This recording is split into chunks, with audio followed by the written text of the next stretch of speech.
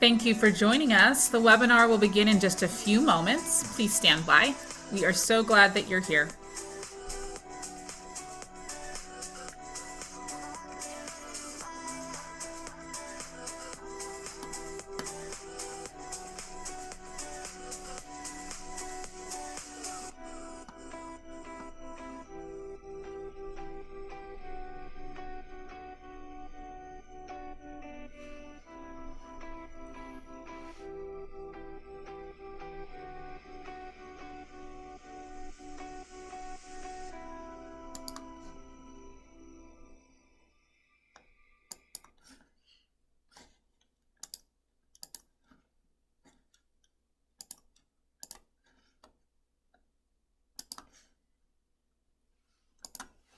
Hello and welcome to our Leading Local webinar on civility in local government. This is strategies to improve civil discourse in public meetings. My name is Erica Manuel. I am the CEO and Executive Director of the Institute for Local Government, and I am so excited to be your host and moderator for today's session. Before we get started, just a few housekeeping notes and some disclaimers for you all. You might be very familiar with Zoom webinar, but just in case you're not, just know that all of your lines have been muted for this webinar, but you can ask a question, I think, at any time by typing it into the Q&A box, and that should be showing up on the right-hand side of your Zoom screen. We do have time set aside for Q&A at the end of our session, but you can put your questions in at any time. We will try and take as many of those questions as possible during the time that we have, and maybe during our presentations if we are able. If you have any technical difficulties during this session, you can also feel free to use the chat box function, and one of our session coordinators will assist you. We will be recording today's webinar, and you should have received a notification about that when you signed on. We will share that recording and any related resources with all registrants by next week. Next slide, please. As I mentioned, I'm just so excited to be hosting today's Leading Local webinar on civility.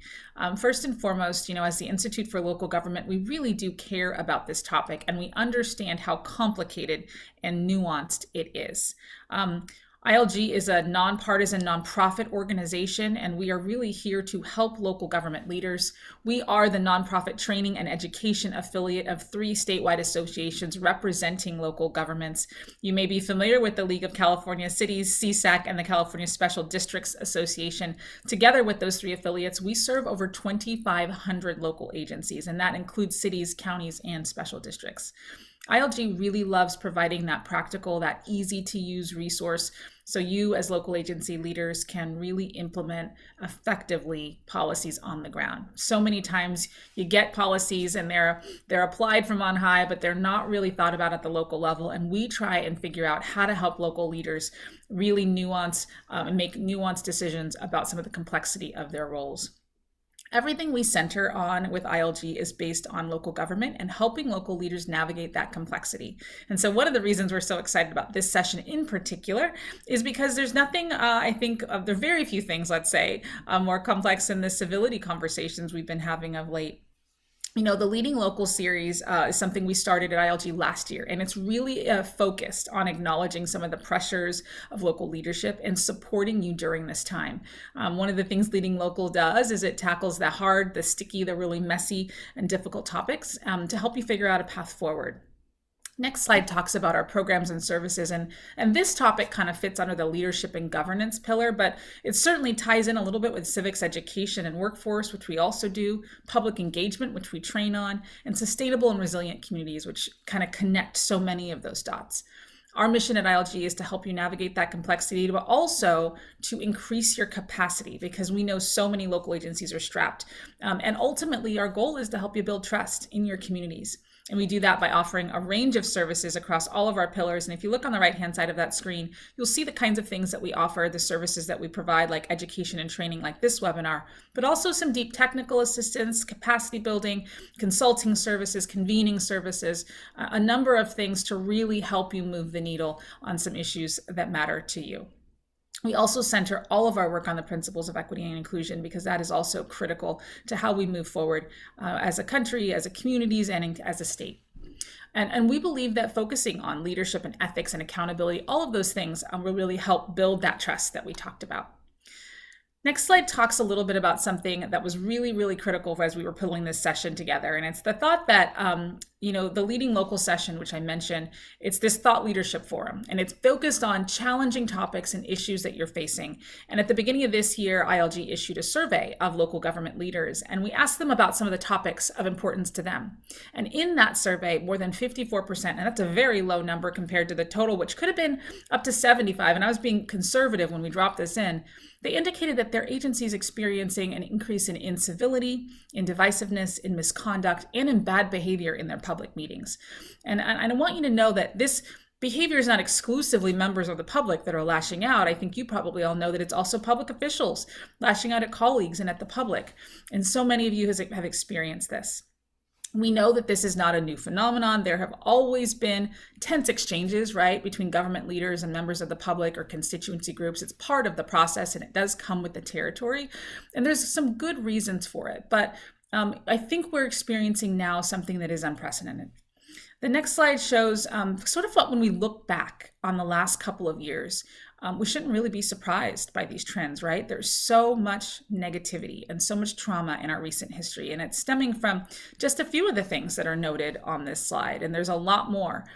I think what we know and what we feel and what we see is that the recent events have really affected how people perceive government. Take a look at the slide that's coming up, which has a few scenes that should look familiar to you, right? This is very local. These are some very poignant things that have happened at cities and counties and special districts up and down the state. We've got struggle, we've got unrest, we've got injustice, we've got violence, we've got poverty. These are all things that are hitting very, very close to home. And what we're noticing is that the social pressure that's reflected on this slide, and it's manifesting itself as increased amounts of trauma in our households. It's seeping into our workplaces. It's seeping into our halls of government. And trust in government is at an all-time low. On the next slide, we hear a little bit, and we talk a little bit about a vicious cycle. So, we were forced to isolate because of the pandemic, but so many of our constituents and our colleagues are in this vicious cycle of polarization, isolation, and anger. And that's self-perpetuating, but it's also exacerbated by the pandemic and by social media. Our community members are lashing out because they feel helpless and because they feel frustrated. But the increase in these incidents is leading to larger issues like erosion of trust in government and even desires to leave public service.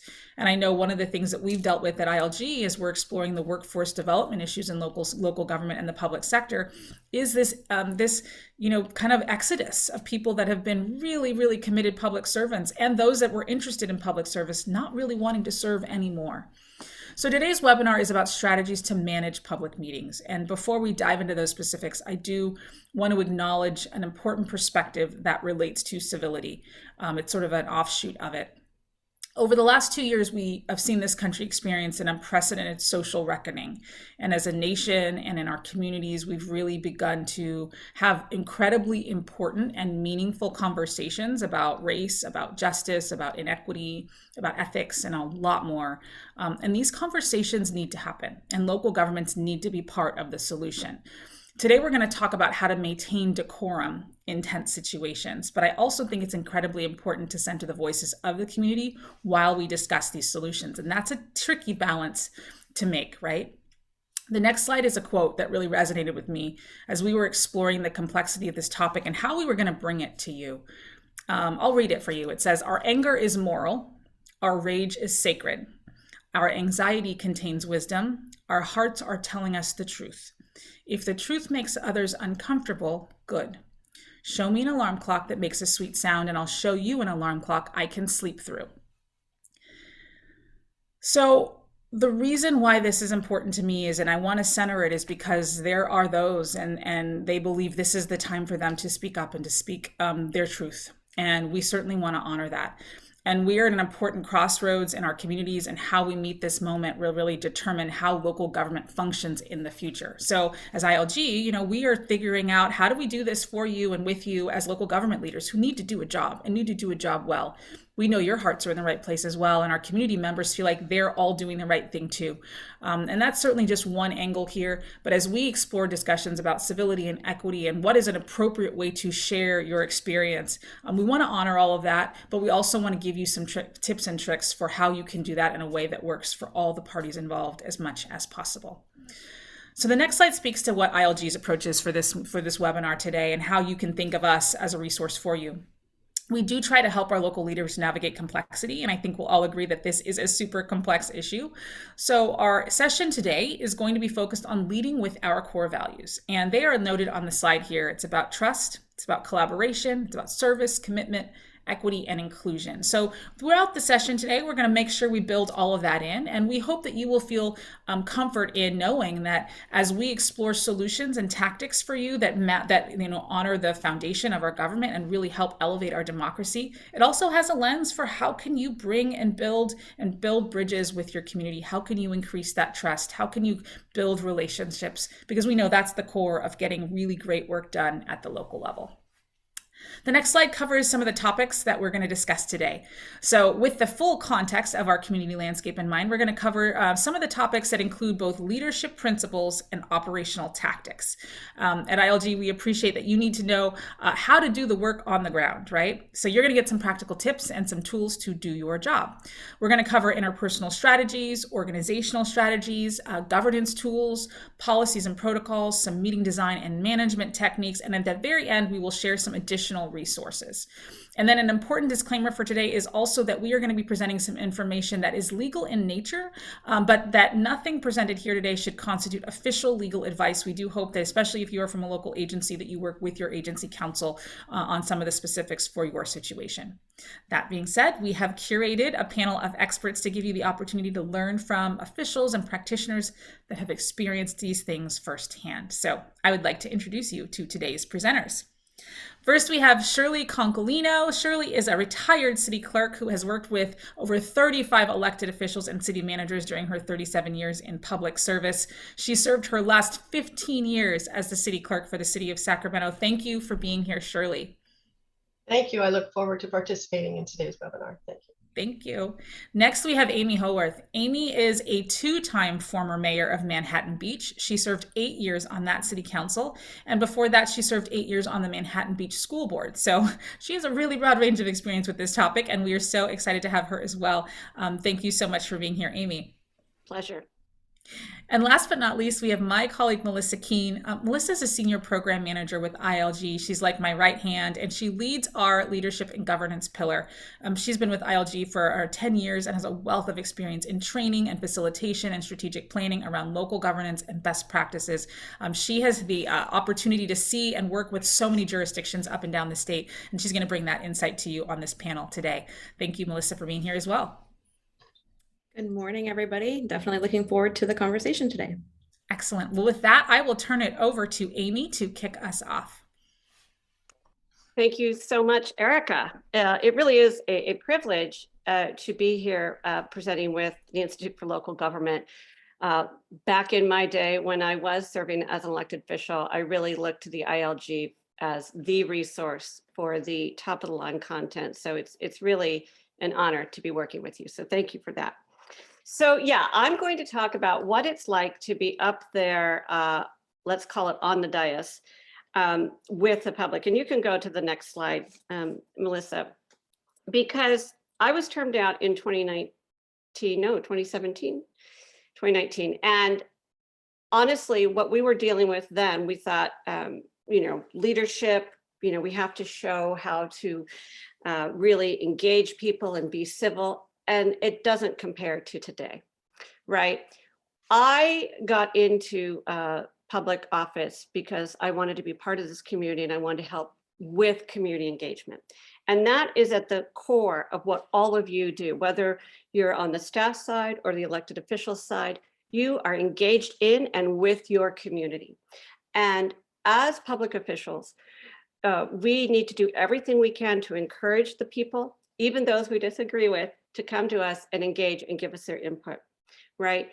And as Erica mentioned, there's been a huge erosion of trust, even in local government. Always before, I was very proud to be part of local government because people still believed in local government. We were the people who fixed their potholes and put in stop signs and, took out the trash. And that's the trust in us has been eroded, and rather unfairly, I think. But regardless, it's on us, as you'll see in my next slide, to build that connection, build that trust, and bring it back. And unfortunately, it's up to us, right? That's a heavy lift because we're just humans, and you are being attacked on a level never seen before. Just the other day, I saw a Facebook post and they posted the community development director's email address and it said, please contact this person and say that we don't want this here in Manhattan Beach. And it was a project that she couldn't deny, right? And yet she was going to get hundreds of emails. That's what it's like. My colleagues who are still on the city council say they're getting hundreds of emails on topics. And in a small town like Manhattan Beach, that's a lot. And so while we are all overwhelmed by the past 2 years, the slide that Erica presented, I call it the pandemic bubble. If it were just the pandemic, great, but there's been so much, and every day, every week, there's something new. It takes an emotional toll, not just on elected officials, but on our residents and constituents as well. People worried about their children, if they fall behind in education, so they're mad, right? And so all of us are angry. And we know when we're angry, we're stressed out. And we know when we're stressed out, we don't model the best behavior. So I'm here to tell you that even though you say, I know leadership principles, I know civility, you know what? You got to recommit. You got to understand that we're all in it together. All of us are suffering through this, but you're in this position where you have to broaden those shoulders and really recommit to that civility and model that civil, productive engagement with the public. And whether that's on the dais through body language and rolling your eyes, which we'll talk about, or just going out there in the community and telling them, you know what local government is? Local government are the people who pick up your trash, reminding them how important we are. That's the impact on everyday people. But this is easier said than done, right? Because once again, you are getting all these emails, and I don't know about your community, but in our community next door is not a friendly place. It's not a neighborly place. And the proliferation of false information, which again angers people and makes them come at you with wrong information that you want to correct. I mean, it's just this loop. So I know you're human. We're going to try to help you, but you have to it's up to us to rebuild that trust. Next slide. So I love this quote. Civility is claiming and caring for one's identity, needs, and beliefs without degrading someone else's in the process. And a lot of people have forgotten that. Not you guys, you're all good, but there are people who have forgotten that. Next slide, please. So embracing different points of view, what I like to say is to be curious. I like to say that when you're up there, or if you're in a meeting with someone, you have to forgive me. I have this bias, if you will, of being up there because I had a microphone, but we are all in this together. I like to say be curious, and that even if somebody disagrees with me, it doesn't mean they're wrong, right? So be open, even if they're yelling at you. And as I said before, you have to commit, really commit. It's hard, it's a discipline at this point. Active listening, which we'll go over in a minute. Can you disagree respectfully? Can you disagree even with your colleagues? Have a very vital debate or a dialogue, I should say, and not denigrate the person, right? I see that happening on councils when I'm watching that people start attacking each other, and that's not going to help the community at all. Separating the people from the problem, as we said, don't attack the person, but also try not to take it personally, right? When someone comes at me and says, you know, how could you be so stupid as to put a stop sign on 10th and Aviation? They're angry. They don't really think I'm stupid, or why should I care? Try not to take it personally. Prioritize those relationships. Prioritize on building those relationships, because that will build trust.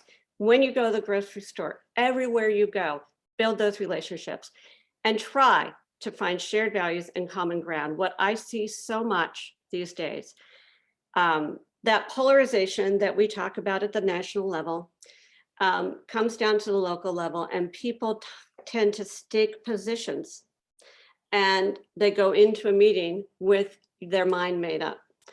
And I think that being open, being curious, and then trying to find that common ground is really crucial, especially for those of us dialoguing in public. Next slide, please. So change happens by listening and then starting a dialogue with the people who are doing something you don't believe is right. So that's what I was talking about, where just because somebody disagrees with you doesn't mean they're wrong, right? And maybe you can try to find that common ground. We used to, if we had a commission or a committee that we were putting together, I liked putting the naysayers on that committee. And I know all of you probably do that as well. It can be really hard, but I think that you get a better answer that way. Next slide. So one of the things I do want to say is there's a difference. I slipped a little earlier. I caught myself. I don't know if you know about between dialogue and debate, right? Dialogue, you're trying to get that common understanding. Debate, you've staked your position in the ground. In a debate, you're listening, not just to find flaws, but you're waiting for your opportunity to speak, right? To give your counter argument. But in a dialogue, you're just listening. I think what's also happened in our day, if you will, there's social media, but our smartphones, right? We have all become much more reactive, right? It's a Facebook post is successful if it gets reactions, if it gets likes, dislikes, whatever, right? We are used to reacting. We are used to not sitting back and just listening. And again, this is harder than ever. But if I could ask us all, even to, I deleted Twitter once for a while, for a few days. I was much calmer. It's really crucial to take that reactivity out of it so that that way you can try to find agreement. Maybe you change your point of view and, you know, be introspective and be open-ended. All of this stuff feels like common sense, and yet it is harder and harder to do. So please give yourself, you know, a break. But because I know a lot of you are thinking, but I have this colleague and they, okay, you know what? Try embracing him, try being open, try. And even if you can't change them, at least maybe you can change your reaction to them, because what that does is not just affect your conversation, whether, again, you're an elected or a staff member talking to somebody who's really opposed to something that you have no control over. It models something for the rest of the community. They are watching you. All right. Next slide. Okay.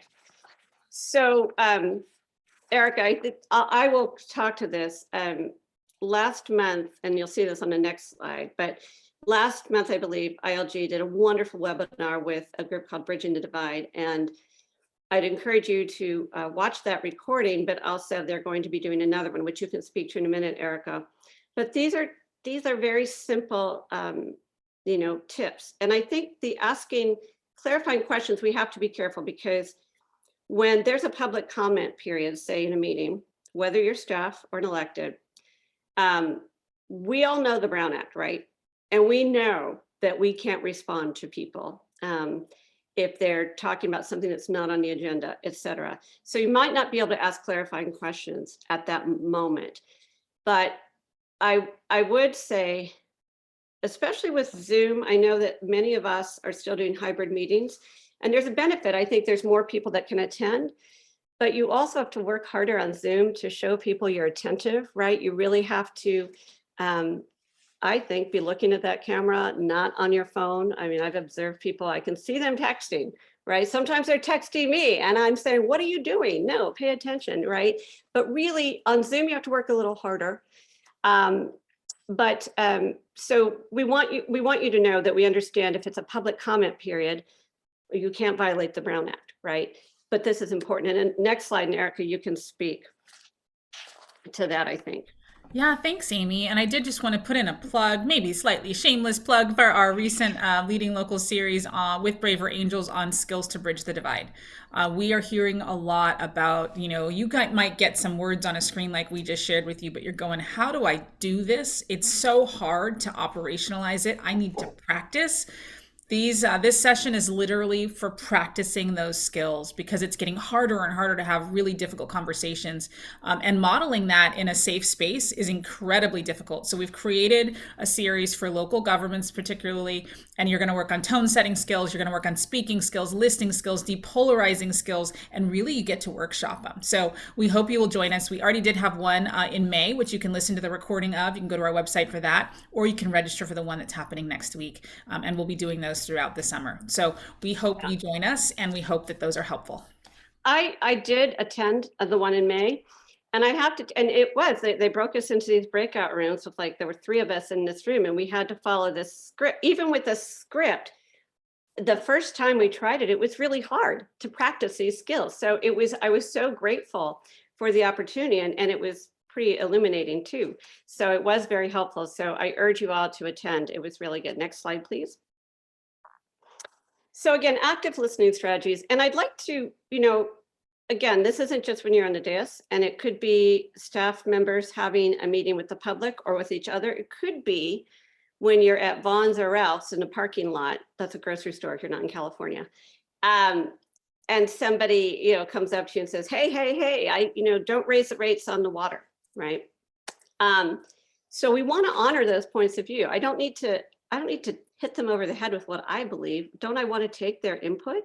So, things you can say, I think you're raising some issues here. I remember somebody sending me an email about something that I felt I had an opinion on, but it was before the meeting. And wow, they really informed me on something I didn't know about. And I let them know that. And it really helped me. And letting them know that also goes a long way. Obviously mirroring, this is super hard. Repeating what they said verbatim instead of paraphrasing, because often when we paraphrase, we put our own judgmental words in there. So if you can do that, that's really helpful. Although they say paraphrasing, just make sure you say, is that what you mean? Because, you want to be sure you're really getting it right. And this one is the one my colleague Shirley and I talk about a lot. Tell me more. Those 3 words, that one phrase is an incredible tool. And it can you don't have to say stuff all the time. You don't have to react. Tell me more. It means a lot to people and you learn a lot. Next slide, please. So I talked about the eye contact, or I think what I said is rolling your eyes. And I'm just here to tell you I was really guilty of this in my early days of being an elected official. When we were in public, and I would roll my eyes. And a colleague called me on it, and I had to admit they were right. And somebody said, why did you admit they were right in public? And I said, because I'm human and I was wrong. But that's me. So all of this seems really obvious. But let's talk about what some of you have had to experience, where you have people with signs and yelling in the audience, which again, my colleague Shirley will talk a lot about that. When people are yelling at you, when there are people that you think want to hurt you, when you right? I mean, that's really hard. That is exhausting to good posture, good eye contact, and, friendly, nonverbals. You know, um, I love this on camera, look around at the participants. That is super hard to do, but some people don't like to look at themselves when they're on Zoom. I do, because then I realize where I need to be looking and focusing. And smiling. I have seen people on a Zoom or in public, and I've asked them later, why were you so mad? And they'll say, I wasn't mad at all, but they just have that, the face I'm talking about. All right, next slide, please. So these are all the things that we've all believed in, setting the tone for civil discourse, right? And part of it is now, again, the difference in today's world versus if I were doing this 2 years ago, everybody would say, yes, we're going to be respectful. Yes, we're going to act with decorum. Yes. I want to say now, because of our exhaustion, I mean, we're actually in constant fight or flight mode, right? I can't say it enough. So I think what is really required of all of us is stepping up a little bit and taking personal responsibility for our part in this, which means managing our hot button issues or managing our impulse control. I know some colleagues who are fantastic, folks. They have hot buttons, and if somebody sort of wanders into that area, they just shut down or have to attack back. I get it, right? I totally get it. I've done it. If you can separate yourself and just give that grace to the other people for their exhaustion, and try not to take it personally, you're doing the community a favor. A lot of the things I'm talking about too, and the situations I'm talking about, are situations where I have felt that someone in the public has been unfair, if you will, or uber angry. But I really appreciate what Erica brought up in the beginning about, I do have a gentle alarm, and I sleep through it quite often. We have to honor those people's lived experiences, which is what Shirley, when she goes through the process and the policies and tips for that, will help you, right? So I don't mean that people who come at us are wrong to be angry, or it's just such a difficult thing to navigate these days. So, if we want them to act with decorum, we have to as well. It's sadly, we have more responsibility than we used to. Okay, next slide, please. So with that, I'll turn it back over to Erica or to Shirley.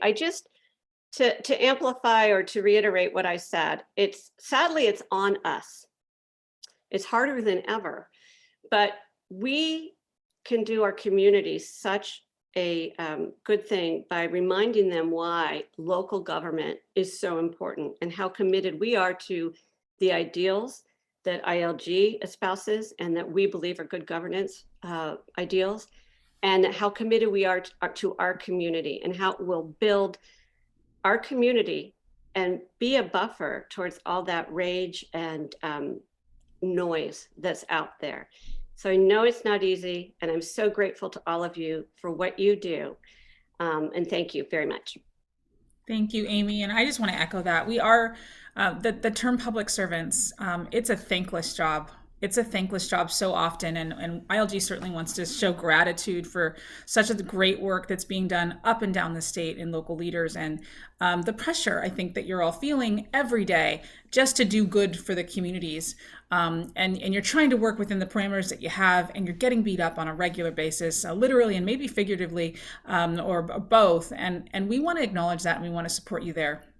So we're going to move into organizational strategies to help you do that, right? So Amy talked a little bit about how do you have some personal leadership? What is some of the things that you can harden yourselves with emotionally so that you can show up and present and represent the values that you want to demonstrate? But there's also some tactical things you need to do, and maybe organizational things you can do at the macro level and at the micro level. So we're going to go into that next, and I'm going to turn over to my colleague Melissa to begin the conversation. Great. Thank you, Erica. And thank you, Amy, for kind of setting the framework for this and talking about that personal side of this, because as they've both said, I also want to acknowledge that this work is not easy. We can talk a lot about tactics, but the implementation of that is not as easy as it might seem on paper. So just want to reiterate that and thank you all for your service to your agencies. So to jump into some of the meeting considerations and organizational strategies, as Erica just mentioned, and as Erica mentioned at the outset, none of us are attorneys. And so this is not legal advice. We aren't going to be doing the AB 1234 training here, but we just want to acknowledge some of the legal boundaries in which this conversation sits. And so Amy talked a little bit about the Brown Act, but we just want to acknowledge that the open meeting laws really do dictate a lot of what you can and cannot do in some of those public meetings that you're attending, particularly if you're an elected official. So just want to make sure that everybody's cognizant of that and that's operating kind of in the background as we have that conversation. And then on the social media side of things, there's a lot that's still in flux there in terms of the legal boundaries. Essentially, the case law has not kept up with the technology, which is not surprising. But we just want to flag that there definitely could be some legal concerns around social media. Some of the advice that I've heard from folks is to just, when in doubt, not post, not share, not like, to avoid running afoul of that. But the other piece that I want to acknowledge here, and Amy mentioned this a little bit in reference to Nextdoor, is that some of these conversations are happening in that virtual space, in that social media space. People feel emboldened behind their keyboard and maybe make very challenging comments, or even in some cases, threats on social media. And so we just want to acknowledge that also is impacting this conversation and where you sit as local government officials and staff. And then my piece of advice is always, when in doubt, consult your agency counsel. So if you have questions about any of this, we'll share some resources at the end that ILG has produced in this legal space, but your agency counsel is a great resource for you as you try to navigate some of this. So just also a quick reminder about the intent of the Brown Act. We know this is a piece of frustration for, I'm sure, some of the folks on the line and definitely some of the local governments that I've talked to. But the intent is good. The intent of the Brown Act is to really provide public access to your local government meetings, to really promote transparency and public participation. So that's the intent of the public comment period, the agenda posting, so that folks know what's going to be discussed and what actions are going to be taken at that meeting. So just a reminder that in the background, this is really to help promote that transparency and promote that public trust. But we also want to recognize the challenging parameters that sometimes are attached to the Brown Act as well. So as we jump into some of these tactics, we're making a distinction between public meetings and public workshops. And so we just want to acknowledge what we mean as we talk through some of this. So when we're talking about public meetings, that really is that city council, county board of supervisors, or district board, your meetings that are agendized, usually held in chambers. That's what we really mean by public meetings. Public workshops, while sometimes those might have to be agendized if your whole council is or board are participating, that's going to be something that's really focused on community engagement, getting that feedback from your community. Perhaps you're going through a housing element update. I know a lot of folks are doing that right now, or maybe a general plan update, or you're looking for reuse of vacant lands, or trying to create park space. So public workshops in this conversation really are more focused on that community engagement aspect and getting that feedback. And then a distinction again from community events or activities that maybe a community organization is putting on that you're attending, or even maybe a city event that's really more focused on the community things, like a park opening or a community event space opening or things like that. So just want to make sure that we're making this distinction as we go through this conversation a little bit more. So some things to consider as you're preparing for and hosting these meetings that we're talking about. And one of the things that I want to flag on this slide, and I think you'll hear as a theme through the conversation that Shirley and I are going to go through here, is the distinction between how much time here you see on the preparation side versus the facilitation side. And this is something that we talk about with our public engagement processes and all of that. You're going to spend a lot of time preparing and maybe less time actually executing the meeting or the plan. And again, something that Shirley and I will talk about a little bit more is you really want to have these things in place before you need them. So focusing on this preparation is hopefully going to pay dividends for you as you go through some of these processes. So some things to think about on an annual basis: adopting, reviewing, revising your policies, whether that's in a governance manual or handbook or some sort of policy manual, taking a look at those, flagging ones that need to be reviewed and revised, or just reaffirming commitment to the existing ones. Similar with the norms, so developing norms that we're going to talk about in a little bit more in just a second, but operating norms for your council or board that then can extend to your community, doing things like goal setting or team building or orientation of new members. Those are some things to think about on an annual basis. And then on a more continual basis throughout the year, applying those norms that you've talked about, thinking about facilitation training for your staff or your elected bodies, having those community conversations that Amy talked about a little bit, making sure that you understand your community's concerns, vision, goals, needs, and then to build those relationships with stakeholders that could be individual residents or community organizations or other stakeholder groups, depending on what your goals and needs of your community are at that time. Immediately before the meeting, thinking about agenda placement. So where would you put a hot button issue on your agenda? Do you want to put that up front so that people can have that conversation, or make them wait until the end of the meeting? For more workshop space, thinking about your meeting design and how that's really going to flow and how you're going to address community concerns. Consider scripting your chair or other facilitators or things like that. And then thinking about developing an enforcement plan that Shirley's going to talk about in a little bit. And then during the meeting, obviously, you're going through that active facilitation and really addressing those concerns real time.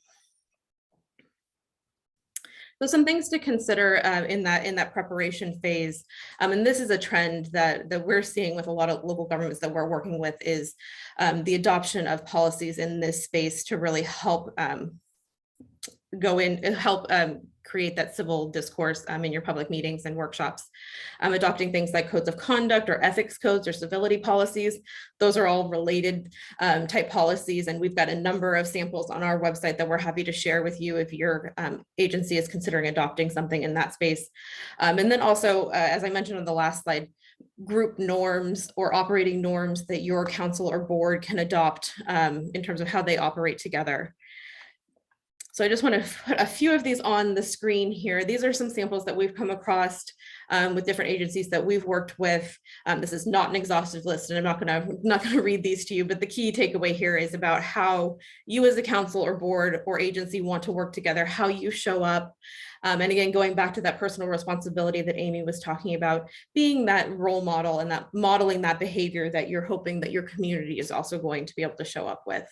Another positive piece about this is you can have these posted. You can refer back to them during your meetings. Some agencies will read these at the beginning or just have them very visibly posted, but it's kind of a way to hold each other accountable, and then by extension, in some ways, hold the community accountable as well. So just want to talk about some additional tips to promote civility. Again, this is in your public kind of board or council meeting. Establishing the process in advance. So this often is either Robert's Rules of Order or Rosenberg's Rules of Order, but it's essentially your decision-making process and how your meetings are going to run. So making sure that that's established, and then that your council or board is aware, particularly your chair, understands what those rules of order are and how decisions are made, and where people can plug in and what all of that looks like. And then the next step of that would be to manage the expectations of your community. So making sure they understand what those meeting processes are and what that looks like, where they can engage.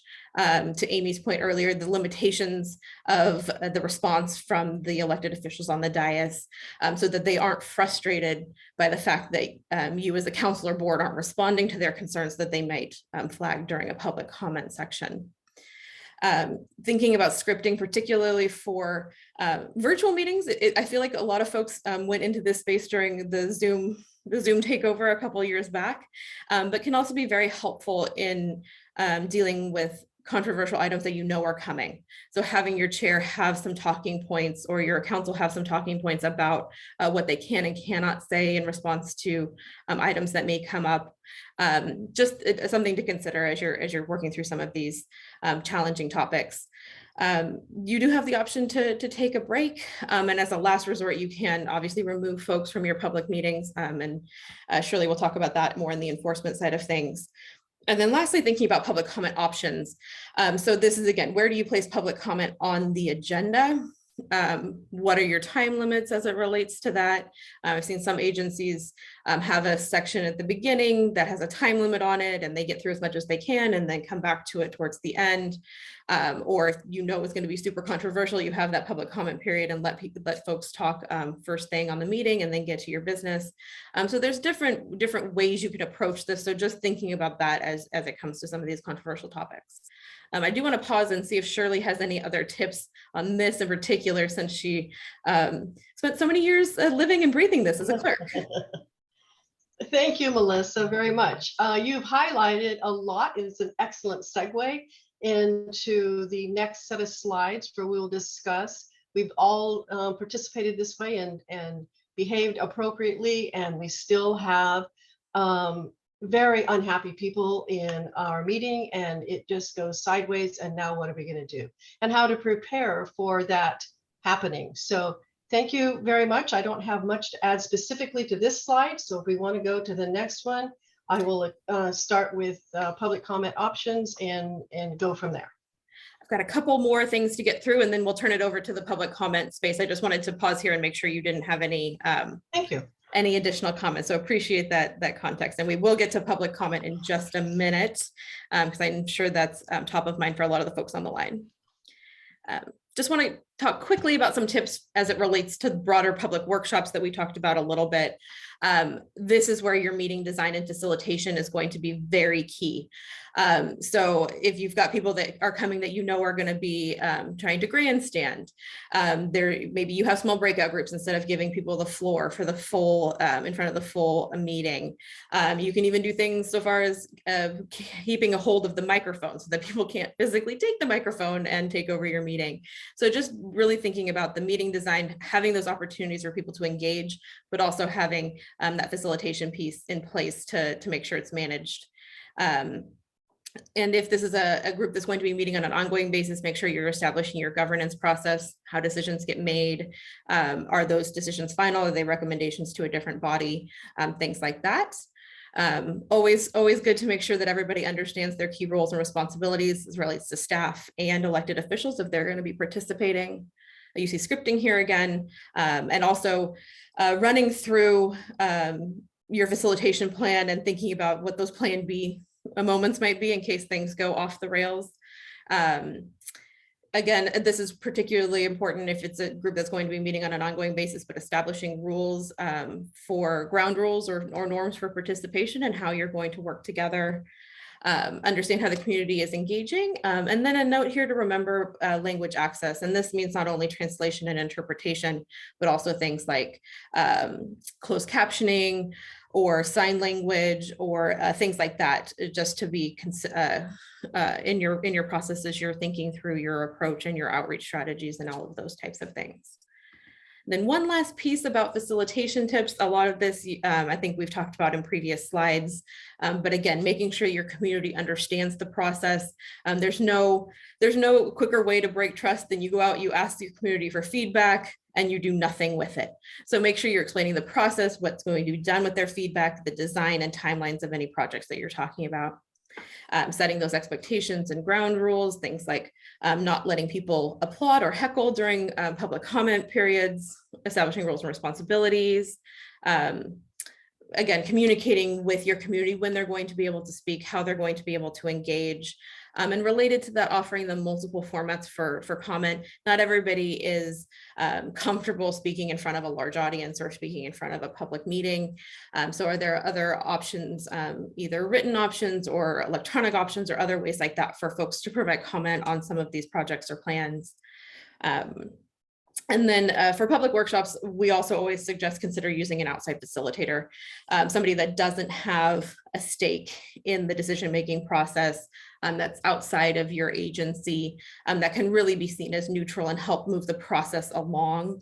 And I'll just make a quick shameless plug, like Erica was talking about with the Braver Angels partnership. We also do a ton of training on public engagement.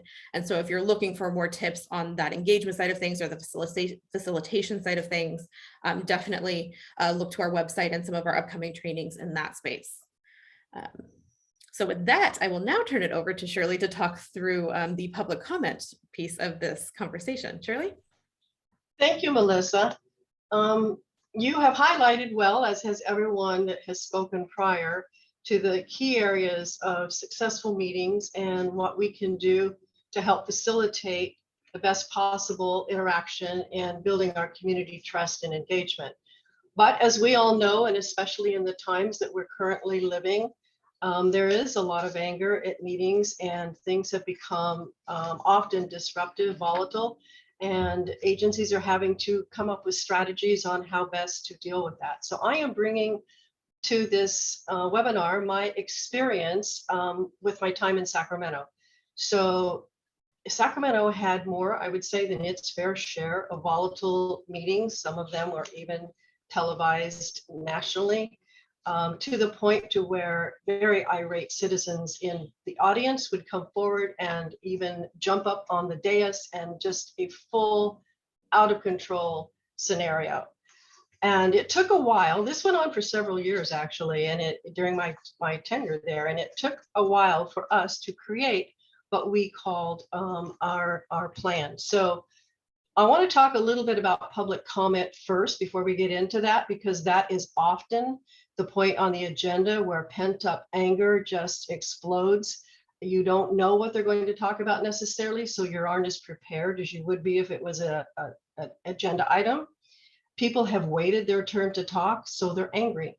So managing public comment, we found helpful that if the chair at the very beginning of the meeting and then again at the public comment time stated the rules of engagement, if you will. So there were no surprises. Everybody understood how it was going to work. For example, everyone gets 3 minutes. Your name will be called. You will come forward, or you will be put into the Zoom comments. You will be notified when your 3 minutes are up, at which time you can be seated or the Zoom microphone is muted. No clapping from the audience. Those things, if not clearly stated, will get out of control and people will think it's an okay behavior. No transference of time to someone else. We had occasions where people would want to have 3 or 4 of them together and give their 3 minutes to someone else. So you would end up with someone having 6, 9, 12 minutes. In our case, we had a 3-minute limit. We did not allow that. That got to be problematic. But if there is a group, perhaps, that is there on a common theme or subject, to go ahead and designate one of them as the speaker for the group. That's effective. It saves time and it is facilitated well. The chair of the meeting, in our case, the mayor, would at those times allow maybe 5 minutes instead of the 3 because they were representing a group. But if you're going to do that, again, state what those rules are at the beginning and be consistent. Consistency is really key to implementing this well, because if you give preferential treatment to one, it derails the trust again and the expectation of how you're managing the meeting. And as Melissa discussed earlier, often our public does not understand why we can't engage with them when they bring up topics for discussion under public comment. And as we all know, familiar with the Brown Act, if it's not agendized, if that's a word, we use it commonly, if it's not on the agenda for discussion, then it's not something that we can truly engage in. So the council will give a brief response perhaps, but that is the end of it. And if they understand why that is, I wouldn't say just because the Brown Act disallows it. I think a further explanation of, we want everyone to be able to participate. We want all things to be transparent. And if you were not aware as a member of the public that this was going to be discussed at this meeting, you would feel left out. You would have a discussion then where not everyone was invited and able to participate in the meeting. So that's the whole purpose behind those rules, if you will. it's important for the chair to be consistent. Again, I know we're going to repeat this a lot, but even the example of time allotment is critical. Sacramento, in all honesty, did not do a very good job for a period of time with consistency in these areas, and it kind of undid what we had created. And we learned the hard way that we needed to be consistent. If one thing that we did that really helped was if there is a subject that comes up under public comment that is maybe specific to someone on staff that is an expert in that area, and if they're in the audience, you can ask that member speaking if they would like to meet one-on-one offline with that staff person, and it does diffuse that the constituent then feels heard, and there's an opportunity then perhaps to have a problem solved. So that worked well. So moving next to the next slide. Listening to public comment at board and council meetings. We'll go over this rather rapidly, but it's just some tips. This slide is primarily aimed for those items that are listed on the agenda and their discussion items.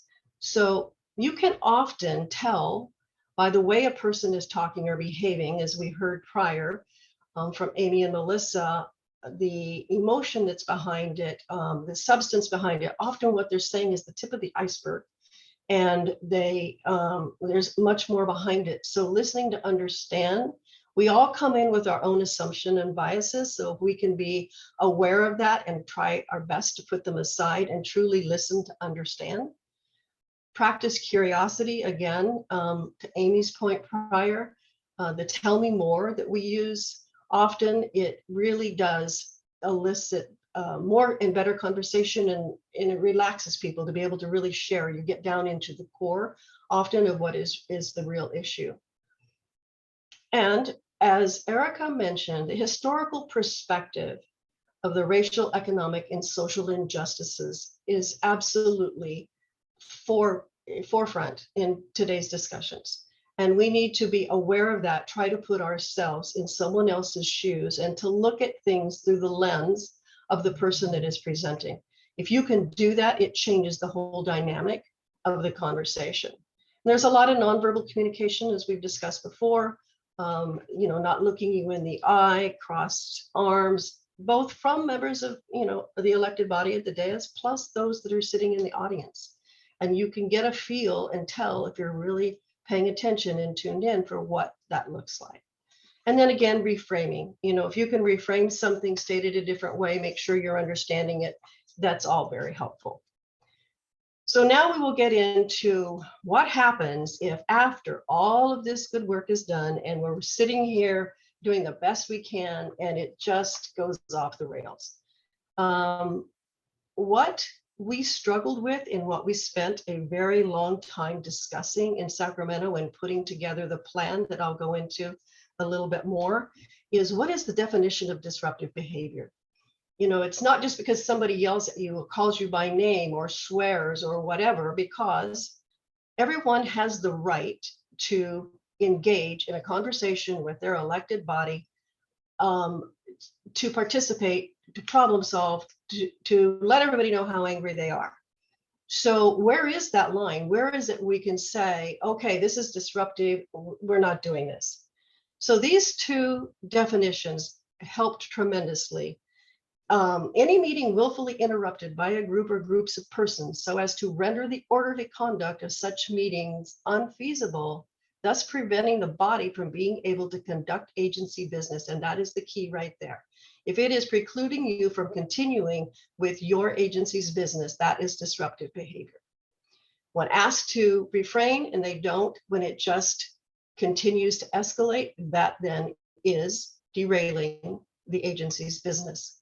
Second, when considering clearing the room, an important point to bear in mind is that mere disruption, including heckling, booing, and applauding, is not enough to clear the room. The meeting must be disrupted by such conduct and the disruption so pervasive that removal of those creating the disruption is insufficient to regain order.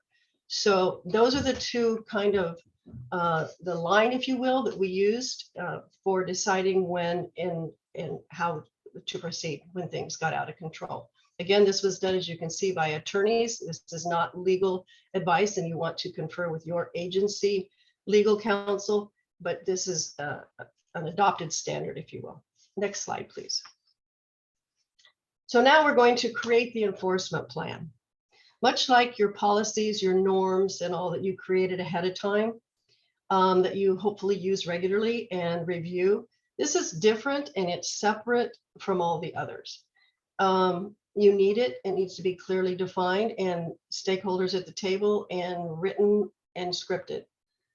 But we want to make sure to start with understanding the legal considerations. The chair of the meeting needs to meet. There's a group actually that needs to meet to do this. It includes staff. It's the attorney, it's the city manager, it's your law enforcement, and you come together as a group and you work to create literally the scenarios that you envision and what you will do with them. So the script that you create needs to clearly state the consequence for noncompliance and what happens next. And the chair needs to be able to describe to the public what is going to happen because of this disruption. The entire elected body must also understand this and to be on board with it so that everyone understands their role. And in some cases, we even role played it ahead of time because our situation was just so volatile on a regular basis so that we knew what and where to be. Again, staff needs to be involved so no one is surprised. We have to communicate the adopted plan well, define the roles of the staff versus the elected and chair. So the chair is the one who is actually going to call when it is the time that we are now going to either take a recess or whatever we need to do in order to regain control. Staff then would know their role. Maybe they stay in the chamber. Maybe there's a designated room where they go off-site or whatever while this is happening. The electeds, what we did is we left the dais. It was not particularly helpful to stay there. There was a room behind the dais where we would go to just basically hang out until the designated amount of time was over and we could come back in and recall the meeting to order. Law enforcement understood their role and often, I'll get more into this a bit later, but how and when to engage them and what that looked like for them. And the most important takeaway from this plan is developing the scripts in advance, having it scripted exactly how you're going to do it so that everybody understands the order of things. So now we'll go into the hard part, if you will, the next slide on implementing and when you have to use it. So one of the things in Sacramento that we found was because it's not a practiced thing, the chair was a little hesitant at times to engage when the time came to use the plan, and hesitation like that can actually cause things to escalate even more. So don't be afraid to engage when the time comes. Use the plan that you scripted, and everyone will know what's happening and why and when. Ejecting someone from the meeting is a last resort. We've said that before. There's strategies that we can use prior to that, such as taking a recess, or if that doesn't work, maybe you clear the room, and there are ways to do that orderly. We had huge packed rooms, and law enforcement would be asked by the chair specifically what action is requested. And this was important to law enforcement because they didn't want to interject themselves ahead of time or at time inappropriate. So the chair would state very clearly, Sergeant of Arms in our case, would you please remove this person from the room, or we need to clear the room. And based on the plan, then the law enforcement would start clearing people out. We would go behind the dais in our designated spot. Staff would go to their designated area, and there would just be a recess. Usually a time specific would be given, 15 minutes, whatever. It was assessed at the time of coming back, whether it was if we needed more time or if we truly could come back.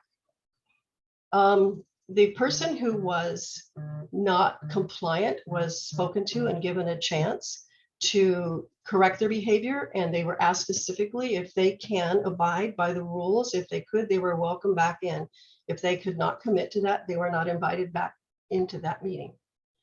So, and then again, if all else fails, you adjourn. We don't like to do that, obviously, but that's it, and a tool if needed. We only had to do that one time. And that was unfortunate, but it was necessary. And then after all of that's over, it takes a lot out of you. It's emotionally draining to have to go through something like this for everyone. And no one likes this type of scenario. And this is what we try to avoid, obviously, at all costs. But debrief with staff afterwards, take a few days, come back, have a meeting, and all of the affected parties can talk about what worked, what didn't work, and then decide what maybe changes needed to be made or whatever you needed to do for the next time, hopefully not ever, but the next time it happened. And then lastly, I just want to say, as it states on this slide, that consistency is key. And being consistent in how you do this is absolutely imperative to the success of this. So with that, I believe I will turn it back to Erica and we'll go from there. Thank you. Thank you so much. And we are at a stage in our presentation and webinar where we're going to take your questions. And I want to thank all of you for being active in the chat and being active in the Q&A. If you have not posted a question in the Q&A box, which is a little different than the chat box, please do that now. We're going to go through and add those questions in. I also see a couple in the chat box, so I'm going to drop one question from the chat in first, and then we will take some of those others from the question and answer box. So I will ask all of our panelists to come back online, and I'll start with a question from the chat, which is a logistical question, which is if the staff board and anyone else needs to meet together to create the plan for sort of that plan ahead document in anticipation of a potentially contentious behavior, how do you meet without violating the Brown Act? Or do you notice this as a public meeting? Shirley? When you're creating a plan such as this, what we did in our situation is we had less than a quorum of the council that participated in the meeting. We had our city attorney, we had the city manager, myself, some key staff people, and that's when we put the plan together. And then once the plan was in draft form, it was put before the whole for discussion, and then eventually it was put on the agenda and discussed. So everyone in the public was able to see what was prepared and what the plan would be. Thanks for that answer, and thanks for that question. We've got another question, and I'll read it out for everyone. We see the calm or reasonable constituents are feeling bullied in the public space. How do we make public meeting space safe for constituents who may fear getting doxxed or having a reasonable or balanced comment?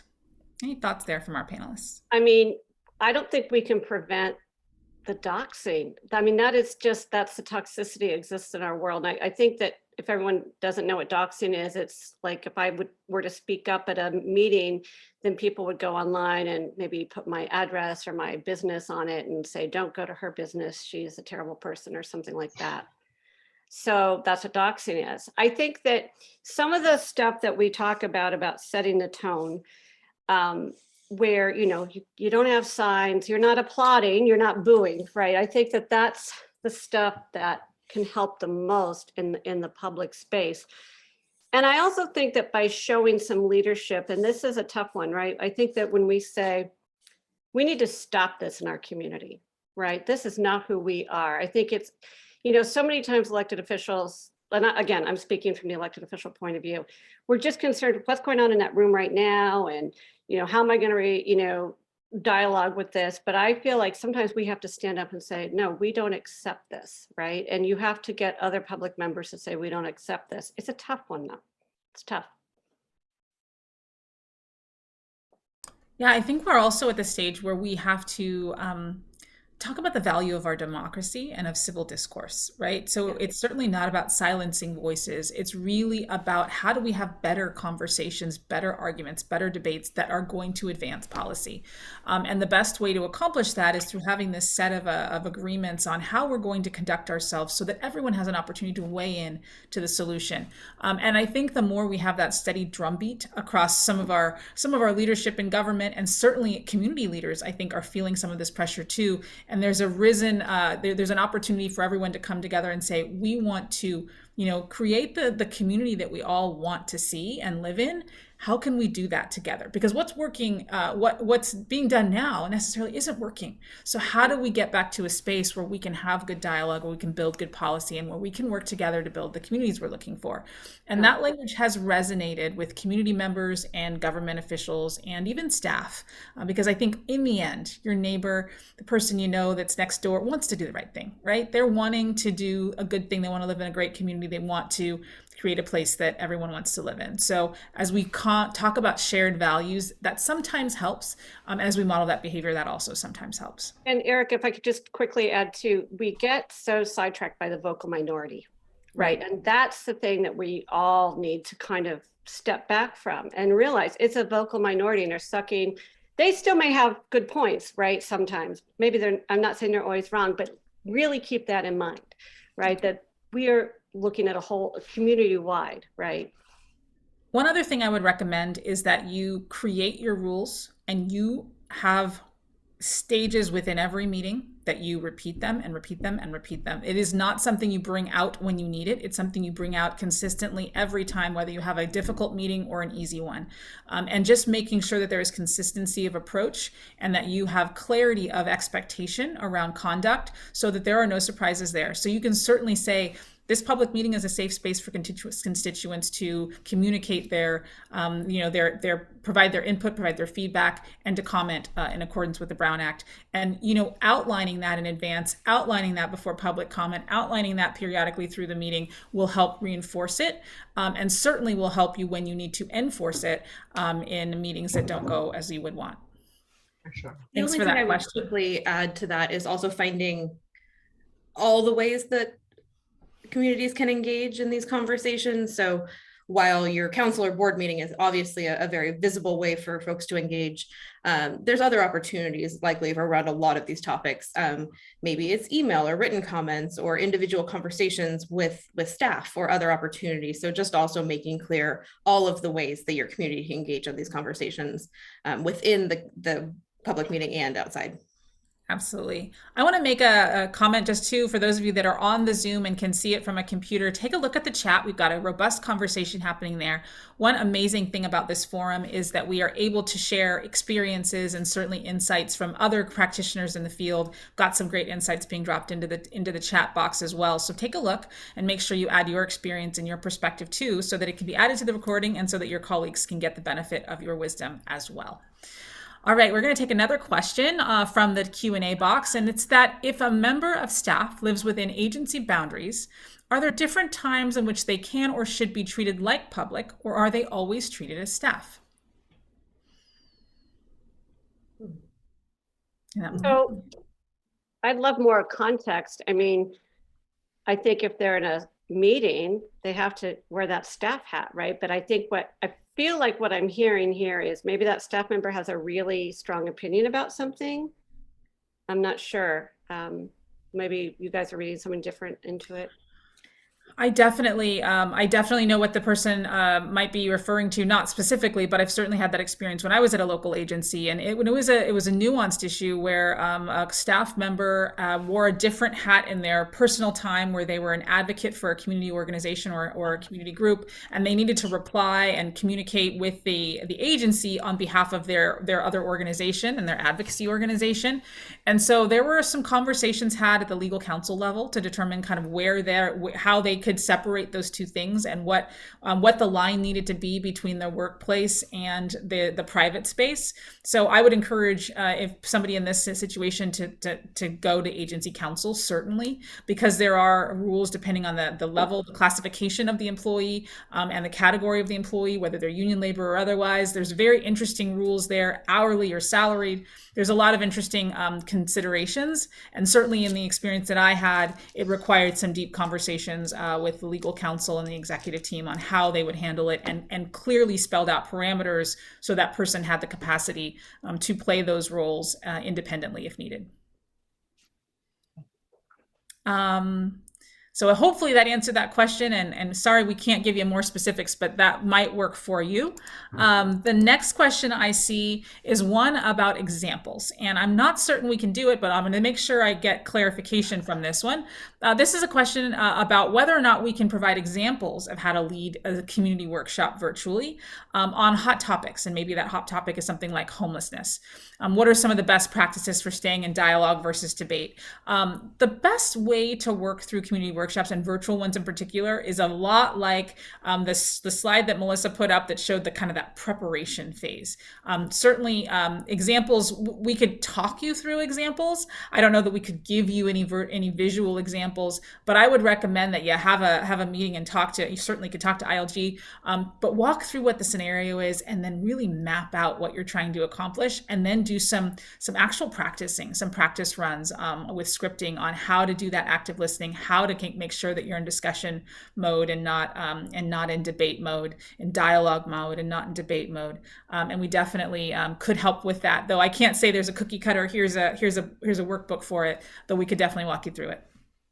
Yeah, I would reiterate that unfortunately with a lot of these conversations, particularly as it relates to community engagement, there is no real one size fits all option here. But that said, as Erica mentioned, we would be happy to talk with you offline. We do a whole training on virtual meeting design and things like that we could share some things with you all offline. But yeah, that preparation is key, making sure you understand who's in your community, who you're trying to reach, what is the end goal of the engagement, what's your timeline. All of those pieces really fit into what your approach is going to be.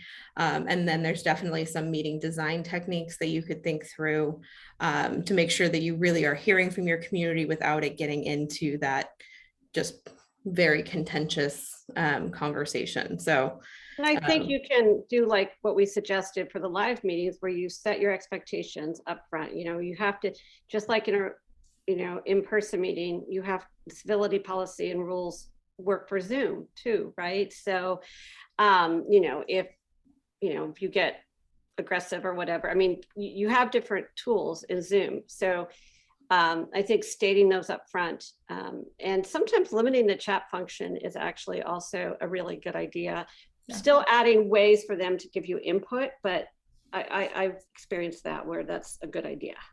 Yeah, there are lots of technology tools. So the virtual meetings for difficult conversations can be a really good way.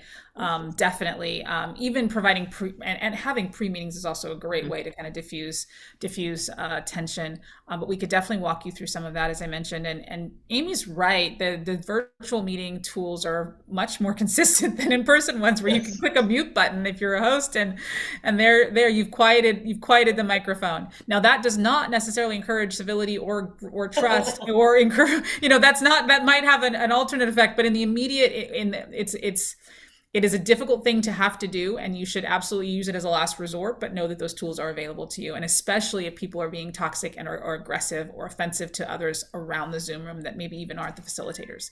Like the Zoom bombing that happens. And that actually qualifies as disruptive behavior, because, and I've seen it happen in our city where, horrible things are being spewed out, and it's disruptive, right? Yeah. So it's not just, I disagree, you're awful, blah, blah, blah. It's really horrific, toxic stuff that qualifies, right? So that is legally disruptive. You can just go click. Yeah. Thank you, Amy.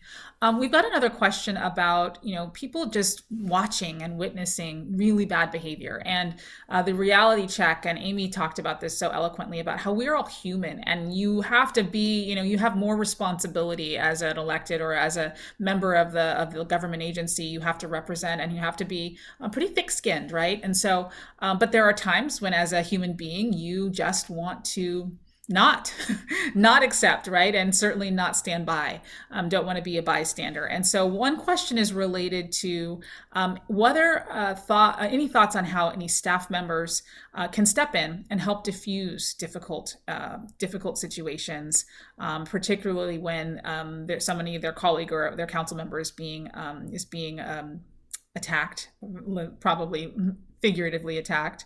Is there a way that staff can step in and diffuse rather than just watch it and let it happen?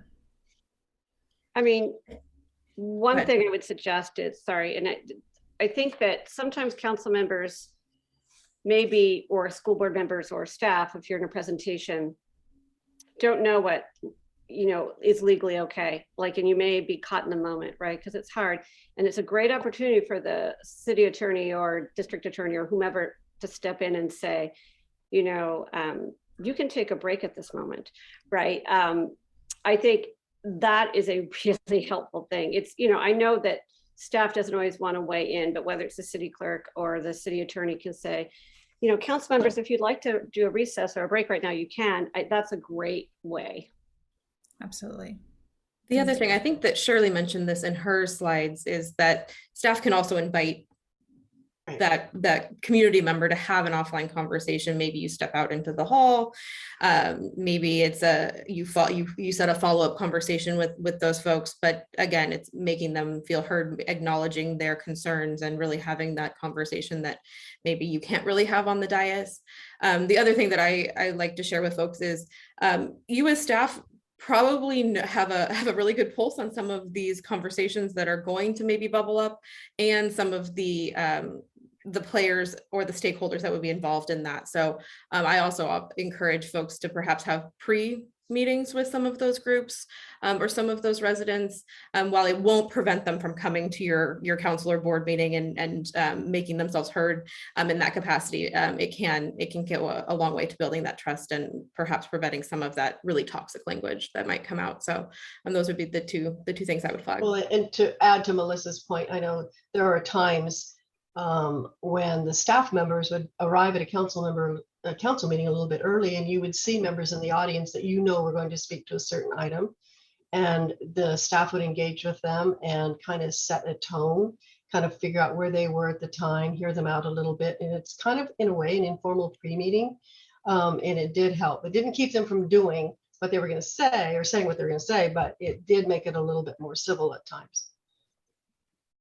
Thank you both, or all. And there's some activity in the chat around civility policies. Yes, we do have samples of those, and certainly they are not the kryptonite, right? They don't work for all situations, but they are a foundational piece to certainly help you lay that foundation and certainly be consistent with your approach. But consistency, again, is key. And you will, one thing you will see is community members will look at it. They will potentially, hopefully, help create it. And they will also call you out on it if you're not honoring what they think is honoring it. So there is certainly perks to having those and very difficulty to not having those. But we do need to think through some of the logistics of those policies, and we're happy to share some examples that have worked in other communities.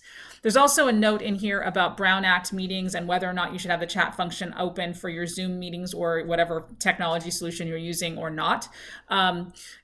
Absolutely. So for public meetings, a lot of agencies have chosen to disable the chat, but for workshops, a lot of times disabling the chat can provide the perception of some lack of transparency. So thinking through very creatively the meeting design and all the functionality of the technology will be contingent on the kind of meeting it is. A lot of workshops aren't Brown Act mandated, so we have to think through some of those logistics, but appreciate that nuance. And there are some resources in the chat and maybe even some resources from ILG. We are running low on time, so what I'm going to do is acknowledge that Carl has had his hand up for a while. I did want to give Carl the opportunity to chat with us. He is had it up, and I want to see if he still does want to talk. He had a verbal question that he might want to ask. Carl, I'm going to unmute you if you would like to ask your question. Now's a great time for you to close this out.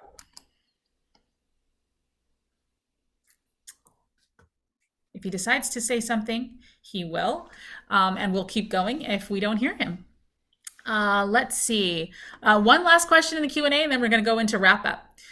When dealing with irrational and unreasonable speakers, is it ever a good idea to reward them with responses as opposed to avoid encouraging their continued behavior and just saying thank you and moving to the next speaker? Any thoughts there? One thing I'll say is I think the context of that matters. If you're in an official council or board meeting, again, the Brown Act is going to dictate some of what that response can actually look like. In a public meeting, obviously, you would have more freedom to respond. If I was that facilitator of a public meeting, I probably would pull that speaker away and have that conversation perhaps in the hall or at a break or something like that, instead of as you phrased it, rewarding it in front of the full group. That's just my two thoughts. Shirley or Amy, do you have any additional ideas there, or Erica? No, I agree with what you said. It does depend, again, on the circumstances, and sometimes it's a perfectly good strategy. It's, you know, it's dependent, I guess, on the situation. Absolutely. Well, thank you all so much for these wonderful questions. We hope you keep them coming. Feel free to reach out to us anytime about some of these things. And we're so grateful for all the activity and the engagement. And I think what we've heard and what we maybe already knew is that so many of us are dealing with this, and we're seeing it and we're feeling a little bit helpless. There are some tools, and we'll continue to give you a few more access to a few more resources that might help you move the needle a little bit more as well. So Melissa, would you get us to the next slide, please?